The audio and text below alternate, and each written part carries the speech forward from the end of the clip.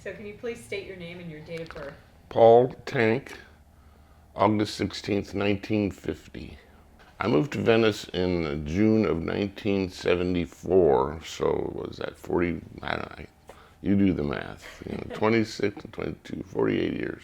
I was working in Santa Monica, and I was living in West Hollywood, and it was too far of a commute, so I came down on a Friday night and drove along, saw a for rent sign, stopped in, signed it. The next day I woke up Saturday morning. This was a half a block from the beach, and went to the beach the next morning. This is on Westminster Ave, and in 1974, on Westminster Avenue, the beach there was the nude beach. I never knew that it was the nude beach until I get out there and I'm going, this is great.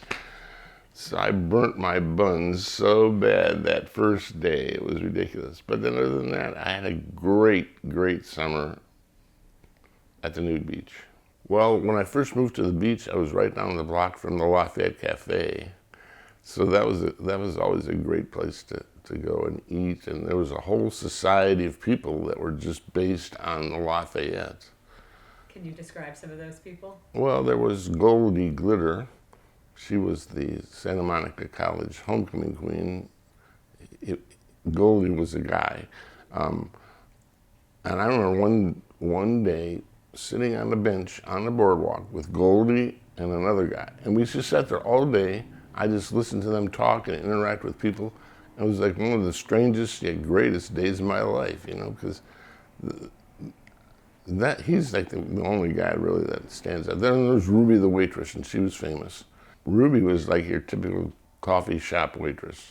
And she wore the waitress uniform and the whole thing, and she wouldn't take crap from anybody. And that's where, as Goldie, he was this gay, big, tall, swish king kind of guy, and he was very happy being who he was, and he didn't care what people said about him or to him or whatever. He was just living his life. He was a great guy. When the Lafayette enlarged and it took over the space just to the north, that was called the other room or whatever it was called. That's the only place I've ever had a photographic exhibit of my photographs I took of Venice. It's the only place ever in the world that has exhibited my photographs. And it was up for like 3 months. I lived there for 3 years, and then I moved from Westminster to the canals. And I lived in the canals for 3 years, and that's where I met my wife. And the canals was it's a world all about, in and of itself. There's no city sounds, there's no traffic, there's no nothing. And the canals back then was like hippies. That's what it was. And then there was some of the big houses starting to come along, but it was mainly hippies. This lady that lived across the canal from us, she would stay up all night and play these twinkly noodle kind of songs, and then it was like every night. So there's like this night music you got to get used to having. The scene on the boardwalk back then was people would come and they'd put blankets down and sell like their stuff from a garage sale. And then finally somebody came and they started selling t-shirts or something. It was very low key. There was a lot of musicians that played, and I miss the old, whatever those things are called. The pagodas? Yeah, right, the pagodas. I miss the old ones because they were just really cool. The new ones are so sterile and it's just, ugh. But it was really more of just a real small town feel. This was before the bike path, or just when the bike path had opened. So you weren't getting millions of people down here every weekend.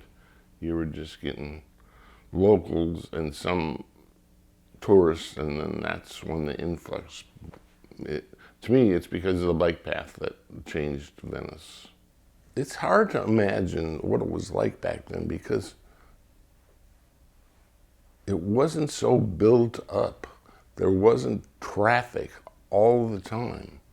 It's like I worked for a company that ran bars, and one of them was the Ore House, which is on Main Street in Santa Monica.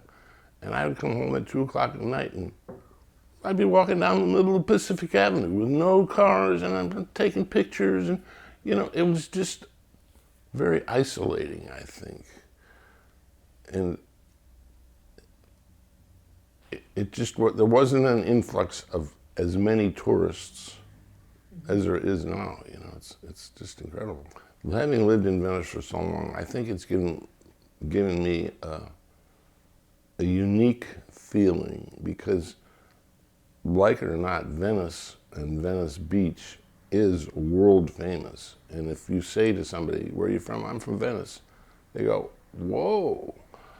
Their idea of what Venice is all based on the boardwalk and maybe roller skating, but that's not my idea of Venice. My idea is of a small town with people with their problems, and they work it up, and they have good friends, and luckily we're close enough where we can walk and go to the beach, and we don't have to put up with all the traffic and all the cityness. Venice is just like a small city. I like visuals, so anytime I can find a great picture of Venice, especially old ones, and I've got thousands of old pictures, and it's such a unique city, the way it was founded, what it was supposed to be, how it took a hard left because nobody wanted culture, they just wanted to come and frolic at the beach. And then when the oil hit and all that, and it's just a great, unique history. I really like that it's not just like another town that somebody plopped down. It's got such a great backstory. The flip of the coin was how our town was decided, which is unbelievable. I don't know, my thing was that it allowed a lot of freedom, and there was a lot of creativity in the air. And I was fortunate enough to have my own design practice for about 25 years, where I could do whatever I wanted to do. I was my own boss, and it worked out really well. Every 3 weeks you have the same thing. If you had to move, where would you go? No, I wouldn't go anywhere. I love it here in Venice, and I'm willing to ride out the bumps for the glories. So I'm here.